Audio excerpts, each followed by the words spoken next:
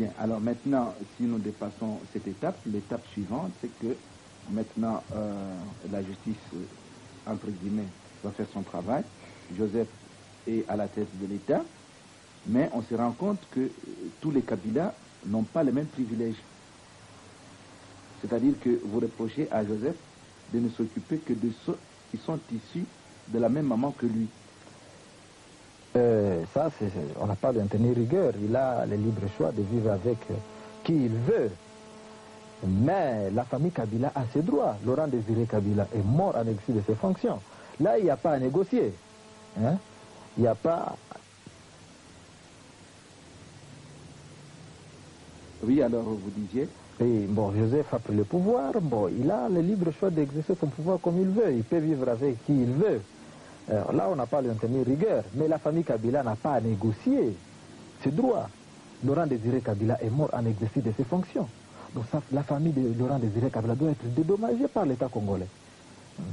Et puis, lui était le premier à crier tout haut que Laurent Désiré Kabila était héros national. Donc la famille du héros national doit être prise en charge par le gouvernement. Là, il n'y a pas à négocier. Mais pour ce qui est de l'assassinat de Kabila, nous, de la famille Kabila, nous avons le plein droit de porter plainte contre qui que ce soit, tout celui que nous trouvons suspect dans l'assassinat de notre père. Cela nous revient de droit. Il ne peut pas nous mettre le bateau dans les roues, il ne peut pas nous barricader, il ne peut pas nous intimider, des arrestations, ceci, cela. Non, ça c'est un droit le plus strict, inaliénable. S'il était vraiment le fils de Kabila, moi je crois que cela ne serait même pas un problème dans la famille.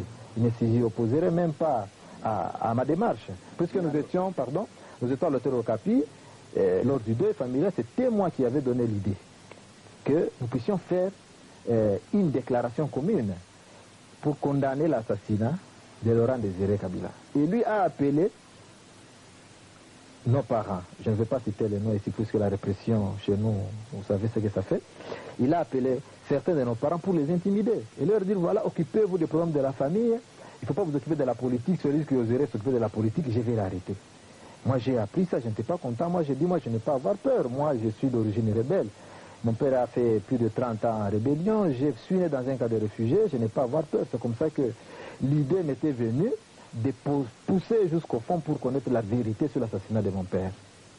Oui, mais quelque part, Joseph Kabila dit qu'il ne vous connaît pas. C'est marrant s'il dit qu'il ne me connaît pas, mais moi je le connais. Si Joseph ne me connaît pas, moi je le connais parfaitement bien. J'ai toutes les informations du pays, on me dit que les journaux ont écrit, voilà où il était du vivant de Laurent.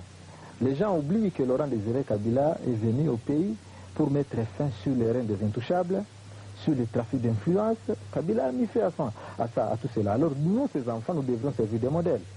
Nous étions connus dans les milieux où nous vivions. Moi, j'étais coordonnateur, chargé de renseignement à la présidence, puisque j'étais dans les cabinets de l'ambassadeur itinérant. Et j'étais bien connu dans les milieux que je vivais. Et puis ma fonction, je ne pouvais pas paraître.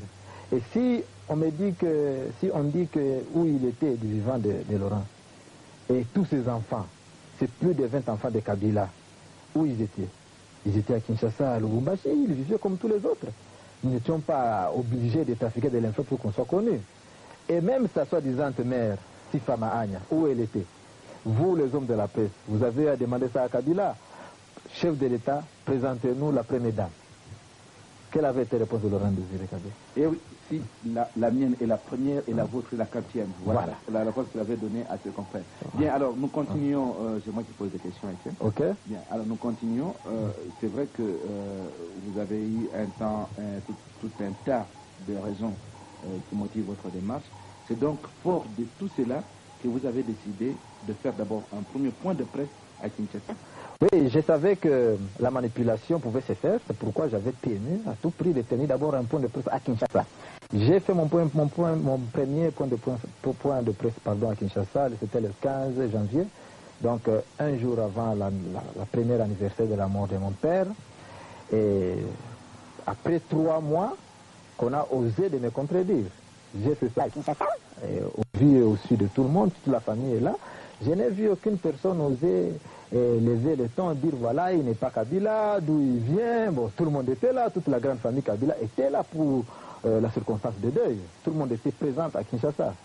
J'ai tenu ce premier point de presse, c'était pour prouver à la face du monde que j'étais fils de Kabila, biologique. J'ai tenu ce point de presse à Kinshasa, et puis par après j'ai fait l'objet des menaces de mort. Au lieu de chercher à m'arrêter au grand jour, j'ai vu les jeunes gens, les militaires de Joseph tenter de m'enlever pour me faire disparaître. C'est comme ça que j'avais jugé bon de quitter le pays pour que je puisse mieux m'exprimer à l'extérieur. Voilà tout. Alors, vous avez tenté de quitter le pays. C'est le thème qui m'explique. Alors maintenant, une question aussi que tout le monde se pose. Étienne, comment avez-vous réussi à quitter ce pays-là?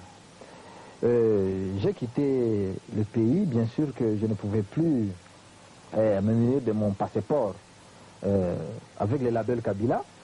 J'ai été aidé par les amis de mon père, ceux qui me connaissaient du vivant de mon père, après le point de presse, parce que j'apparaissais partout. Les gens me voyaient, les amis de Kabila me disaient, on ne pouvait pas te laisser comme ça à la merci de Joseph, sinon Joseph, il va te tuer sans faute, il va te tuer avec ce que tu as fait, tu as tenu comme point de presse. Mais tu as raison de le faire. Nous ne pouvons pas te laisser à la merci de Joseph, nous allons t'aider à quitter le pays. C'est comme ça que j'ai obtenu un passeport avec une autre identité. Non, vous avez traversé de Kinshasa à Brazzaville, vous avez traversé par la pirogue. Vous êtes échappé du côté de Maluku. Là, oui, bien sûr que je vous ai dit que j'ai marché sur les eaux. Oui, je comprends. Bon, ça n'a jamais coulé. Alors, c'était en plein dialogue intercongolais. Non, c'était juste, je crois, si je ne m'abuse, à deux ou 3 jours du début de la tenue du dialogue intercongolais. Ah, c'était peu avant l'ouverture. Voilà. Okay. Donc il était prévu à ce que je puisse tenir mon point de presse à San City le jour de l'ouverture du dialogue intercongolais. Donc c'était ça la planification. C'était ça la planification. Alors dites-moi, cette planification-là était le fruit de qui? De vous ou de ceux qui vous ont amené? Bon, de ceux qui m'ont amené, puisque moi je tenais à aller en Occident, où s'est fait la politique, pour que je puisse quand même m'exprimer. Mais ceux qui m'ont amené ont jugé bon que je puisse aller à San City, puisque tous les journalistes et puis tous les yeux des Congolais étaient braqués sur San City. Ils ont trouvé que c'était les milieux les mieux propices pour me permettre de m'exprimer. Bon, alors, c'était les milieux les mieux propices pour me permettre de m'exprimer. Bon, alors finalement, le point de presse ne se tient plus au début.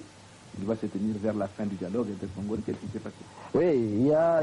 J'avoue que c'est le petit mine, c'est le San City de Johannesburg. Hein. Voilà. Alors, bon, il y avait tergiversation de la part de ceux qui m'ont amené. Je n'ai pas compris, ils tergiversaient, ils disaient, voilà, ce sera demain, ce sera dans une semaine, voyons voir. En fin de compte, ils sont venus me dire, voilà, maintenant Joseph est devenu beaucoup plus fort. Il sera reconduit comme président de la République, n'ose plus tenir ton point de presse. Maintenant, c'est le moment de négocier avec ton frère Joseph. Mais moi, j'ai une idéale. Moi, je leur ai dit non, moi, je ne suis pas venu ici pour... Alors, excusez, Étienne, que j'insiste un peu là-dessus. D'abord, dans les hôtels, vous êtes sponsorisé par ceux qui vous ont amené. Tout à fait. C'est-à-dire par la dame chinoise. Tout à fait. Et M. Kazadi. Tout à fait. Et puis après, on vous dit de ne pas tenir le point de presse. Le point de presse. Qui vous dit ça? De quelle bouche avez-vous eu cette instruction? C'est de la part de M. Edo Kasongo et de la dame chinoise sont venus dans ma chambre et m'ont dit voilà, oui les deux, qui sont venus me dire voilà, il ne faut plus tenir le point de presse. Nous avons été avec les amis à ton père, puis qui nous dit... Pourquoi vous ne citez pas les amis à votre père? Puisque, vous savez, chez nous, il y a la dictature. La dictature, il y a la répression. Oui, on risquerait de... Kazadi là dedans, et en dehors de lui, il y a quelqu'un d'autre aussi? Oui, bien sûr que si je suis l'un de Kazadi, c'est puisque j'ai finalement compris que les autres voulaient marchander avec mon nom. M'amenant en Afrique du Sud, ils sont entrés en contact avec les hommes de l'opposition. En fin de compte, ils viennent me dire, voilà, ne tiens plus ton point de presse, puisque Joseph devient très fort. Moi, je me dis non, moi, j'ai quand même mon idéal. Moi, je n'ai pas besoin... Et alors, à ce moment-là, qu'on vous demande de ne plus tenir le point de presse, il y a une enveloppe qui accompagne cette phrase-là. Non, on me dit de ne plus tenir le point de presse. On me dit, si je tenais le point de presse, je ne serai plus pris en charge par eux. C'est ce qu'il y avait eu.